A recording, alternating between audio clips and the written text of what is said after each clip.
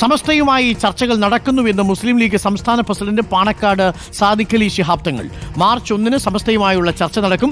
ഈ ചർച്ചയിൽ ഒരു തീരുമാനമാകും. ശുഭപ്രതീക്ഷ തന്നെയാണെന്നും പാണക്കാട് സാദിഖ് അലി തങ്ങൾ പറഞ്ഞു. കേൾക്കാം.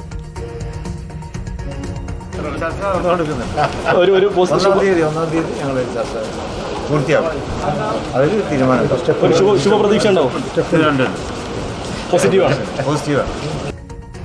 മുബഷീർ പി അക്ബർ നമുക്കൊപ്പം ചേരുന്നുണ്ട്. Mubasheer, good morning once again. എന്തായാലും ലീഗ് സമസ്ത അഭിപ്രായ ഭിന്നതകളുടെ മഞ്ഞുരുകാൻ മാർച്ച് 1 തീയതി കുറിച്ചിരിക്കുകയാണ്. അംഗത്തിന് തീയതി കുറിച്ചു എന്നൊക്കെ പറയുന്ന പോലെ സമവായത്തിന് തീയതി കുറിച്ചിരിക്കുന്നു. അന്ന് എന്തെങ്കിലുമൊക്കെ നടക്കുമോ? മഞ്ഞുരുകുമോ?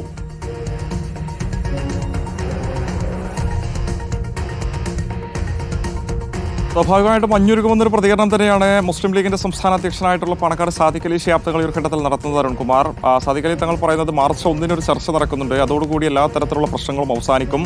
വളരെ പോസിറ്റീവോടെ തന്നെയാണ് കാര്യങ്ങൾ നോക്കിക്കാണുന്നത് എന്നുള്ളതാണ്. അതിൽ ഏറ്റവും പ്രധാനപ്പെട്ടത് തദ്ദേശ സ്വയംഭരണ തെരഞ്ഞെടുപ്പ് വരാൻ പോകുന്ന പശ്ചാത്തലത്തിൽ ഈ പഞ്ചായത്ത് ഇടങ്ങളിലൊക്കെ തന്നെ സമസ്തയിലെ ഒരു വിഭാഗം ലീഗിനെതിരെ നിൽക്കുകയാണെങ്കിൽ അത് വലിയ തിരിച്ചടിയാകുമെന്നൊരു വിലയിരുത്തലിന്റെ അടിസ്ഥാനത്തിൽ കൂടിയാണ് ലീഗ് നേതാക്കൾ തന്നെ മുൻകൈ എടുത്തുകൊണ്ട് ഈ സമസ്തയിലെ ഇത്തരത്തിലുള്ള പ്രശ്നങ്ങൾ അവസാനിപ്പിക്കാനുള്ള നീക്കങ്ങൾ നടത്തിക്കൊണ്ടിരിക്കുന്നത്. നമുക്കറിയാം, ഉമർ ഫൈസി മുക്കം ഒരു ഘട്ടത്തിൽ പാണക്കാട് സാദിഖ് അലി ശിഹാബ് തങ്ങൾക്കെതിരെ ഹാലി ഫൗണ്ടേഷനുമായി ബന്ധപ്പെട്ട് നടത്തിയ പരോക്ഷ വിമർശനങ്ങളായിരുന്നു ഈ ഒരു പ്രശ്നങ്ങളുടെ പ്രധാനപ്പെട്ട തുടക്കം. ലോക്സഭാ തെരഞ്ഞെടുപ്പിലെ വലിയ വിജയത്തിന് ശേഷം ഏറെക്കുറെ സമസ്തയിലെ ലീഗ് വിരുദ്ധർ അയഞ്ഞിരുന്നു. പിന്നീട് ഉമർ ഫൈസിയുടെ പ്രസ്താവന വന്നതോടുകൂടി സമൂഹ മാധ്യമങ്ങളിൽ പരസ്പരം പോരടിക്കുന്ന ഒരു സാഹചര്യമുണ്ടായി. ഏറ്റവും ഒടുവിൽ മുസ്തഫൽ ഫൈസിയെ സസ്പെൻഡ് ചെയ്യുന്ന നടപടി ഉൾപ്പെടെ സമസ്തയുടെ ഭാഗത്തുനിന്നുണ്ടായിരുന്നു. ഇതിനെതിരെ സമസ്തയിലെ തന്നെ ലീഗ് അനുകൂലികൾ രംഗത്ത് വന്നിരുന്നു. എന്തുകൊണ്ട് സാദിഖ് അലി ശിഹാബ് തങ്ങൾക്കെതിരെ വിമർശനം ഉന്നയിച്ച ഉമർ ഫൈസി മുക്കത്തിനെതിരെ ഇത്തരൊരു നടപടി സ്വീകരിക്കാൻ സമസ്ത നേതൃത്വം തയ്യാറാകുന്നില്ലെന്നായിരുന്നു അവർ ചോദിച്ചിരുന്നത്. സ്വാഭാവികമായിട്ടും ആ രീതിയിലുള്ള വാദപ്രതിവാദങ്ങൾ നടക്കുന്ന ഘട്ടത്തിൽ പല സമയങ്ങളിലായും ഈ പറയപ്പെടുന്ന പി കെ കുഞ്ഞാലിക്കുട്ടി, സാദിഖ് അലി ശിഹാബ് തങ്ങൾ ഉൾപ്പെടെയുള്ള നേതാക്കളുടെ നേതൃത്വത്തിൽ സമവായ